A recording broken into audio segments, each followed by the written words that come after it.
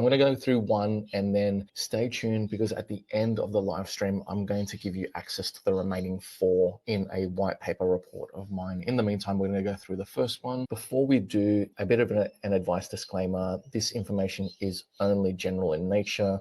It does not constitute financial, legal, or any tax advice. It's only based on current market trends and general principles of property investment. I strongly recommend that you seek professional financial advice tailored to your specific goals, your financial situation, and needs before making any investment decisions. We do not assume any responsibility for any financial decisions based on this presentation alone as well. So look, today we're going to be going through Lismore in New South Wales, located in the Northern Rivers region of New South Wales, 700 odd k's north of Sydney, 200 kilometres south of Brisbane, closer to the Queensland border. And we're going to be going through the area of Lismore in this session. In 2021, we started off with around about 45,000, and it's going to be increasing to around about 10% to the 50,000 over the next 20-year period as well, around the Lismore city as well. The employment figures have grown in the area, and you can see that employment has grown in Lismore.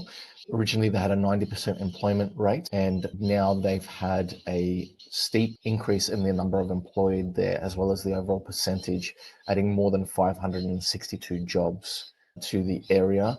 In addition, it's had a bigger growth than the regional New South Wales area as well. So it's risen by 3.6% there, whereas regional New South Wales has only risen by 2%. So a bigger growth factor there as well. And then a larger change in the overall number of unemployed between the two censuses there.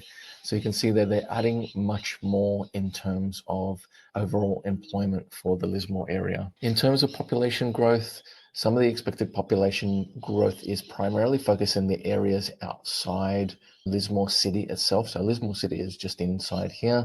And you can see here the vast amount of population growth is around the east to southeast area, with population changes over the next 20 years expected to be around the 20 to 25%. We're looking at sort of 15% here in East Lismore, and then in Goonellabah South, the population growth is around about that 24%. In terms of the overall number of listings, vast decline in total property listings available over the 10-year period here. So you can see a peak of roughly 900 listings in, that looks like sort of January 2015, January, February 2015, right up until COVID. So when COVID occurred, listings had been trending down regardless, but there's a massive gulf here, or a sharp decrease rather, for COVID, and then the number of property listings have risen. They're starting to decline. You can see a declining trend here since the end of COVID. So start of 2023, you can see that declining trend, and we have a difference in the number of property listings overall. So you can see that declining lower trend. There's always a bit of a peak towards the end of the year. However, there is somewhat of a declining trend in both the number of property listings and the total days on market as well. In terms of vacancy period, you can see here that towards the end of COVID, again, there was a rise in the vacancy rate. It just peaked there at 2%. However, over the last couple of years, that vacancy rate has definitely trended down. And you can see there that vacancy rates at the moment are around about 0.5% in Lismore, New South Wales. So very tight rental supply there. Similar story in the number of rental listings. So rental property in the Lismore area, the overwhelming majority are rented out in less than 30 days there. So you can see there that it looks like roughly 80 to 90%, I would say, are rented out within 30 days there. Similar story with total property listings. You can see here, peaked at the beginning of COVID. Then we had a dip towards the end of COVID there, where it peaked here, and then another declining trend in the number of rental properties available overall. The gross rental yield for properties in the Lismore postcode on houses, you're looking at around about the 4% mark there.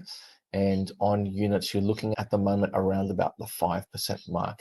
Units have fluctuated somewhat from 4 to 6, back down to 4, and we're looking at just over 5% at the moment. However, houses have remained relatively stable, hovering around that 4% mark in terms of gross rental yield there. In terms of household income and affordability in Lismore, you can see here that the overwhelming majority of people will earn more than $1,000 a week. So we're looking at the a rough percentage of close to 30% here, earning more than $1,000 a week. And then we've got another 6% there on between $2,500 and $3,000 per week there. So we've got a large amount of the population that are earning more than $1,000 a week, and therefore it's property in Lismore in terms of rental value and mortgage repayment value is fairly affordable as well. You can see the distribution here overall in comparison to regional New South Wales. So in that median household income level there, we can see anywhere between 400 and 2,500 to 3,000 there. Lismore leads against overall regional New South Wales there. Okay, and so there's more people in that middle income bracket than there are in the top end as well. In terms of household income and affordability, it's a fairly affordable area if we have a look at household income. If we compare that to mortgage payments, it's a similar story. Monthly housing loan repayments, this may have fluctuated in 2021 when home loans were starting to come down around that period. However, they'd probably be close to levels that they are at today. We can see there that the loan repayments are sitting anywhere between that 1,200 and 1,800 mark for the majority. There's some at the 2,200. There's another 1,000 to 1,200, 18 to 2,000 a month there. So we're sitting at anywhere between sort of $1,200 and $2,000 per month for the majority of housing loan repayments there. So there's something to take into account when it comes to affordability as well. Here we have a case study of a property that's listed on the market. It's right on the median price point for more at 540,000 or 539,500. If you take into account stamp duty and upfront costs, you're looking at $22,000 roughly based on that purchase price. This property is a 3-bedroom, 1-bathroom, 4-car space. Its rental appraisal based on the gross rental yield, 4.1%, you're looking at $425 per week. Estimated council rates are estimated around about $2,500 a year. A water rates on top of that, about $800. And then you're looking at landlord, home and contents insurance premium of around about $2,500. And then lastly, property management costs of just a very general 8.8%. You might get a little bit cheaper, might be a bit more expensive, but roughly 8.8. Assuming you borrow 80% on this property, your loan repayments are going to be around about $2,200 a month, which is on par with what we saw in that median monthly mortgage payments in the previous slide there, assuming a 6% interest rate. So if you take into account the deposit of 20% and upfront costs, this property will set you back just under $130,000. And then your ongoing costs are just over $9,000 a year, so $174 per week, assuming interest-only loan repayments as well. So you'll be able to claim that on negative gearing, so assuming that you have a 30% average tax rate. Talk to your accountant as always. You might get some tax rebate back on that. On this age of property, I highly doubt that you're going to get any tax depreciation out of it, so that's important to note.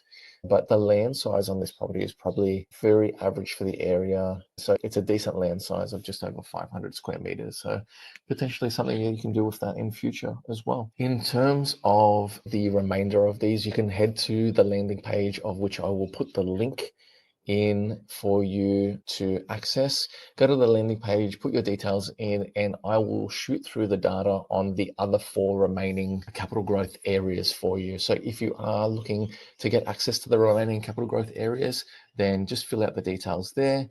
That'll send you through to the landing page. You can also have a look at a whole bunch of my video and Google reviews, as well as some client success stories there as well. And if you do have any questions, I would love to speak to you further. Thank you again and have a great day.